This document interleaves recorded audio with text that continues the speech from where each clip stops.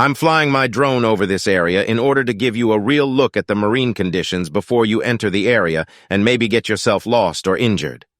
There is a natural rhythm that you should try to achieve when sailing across oceans. Many days were just made for no progress. Contrary winds or no wind. These are golden days. They are gifts from the gods.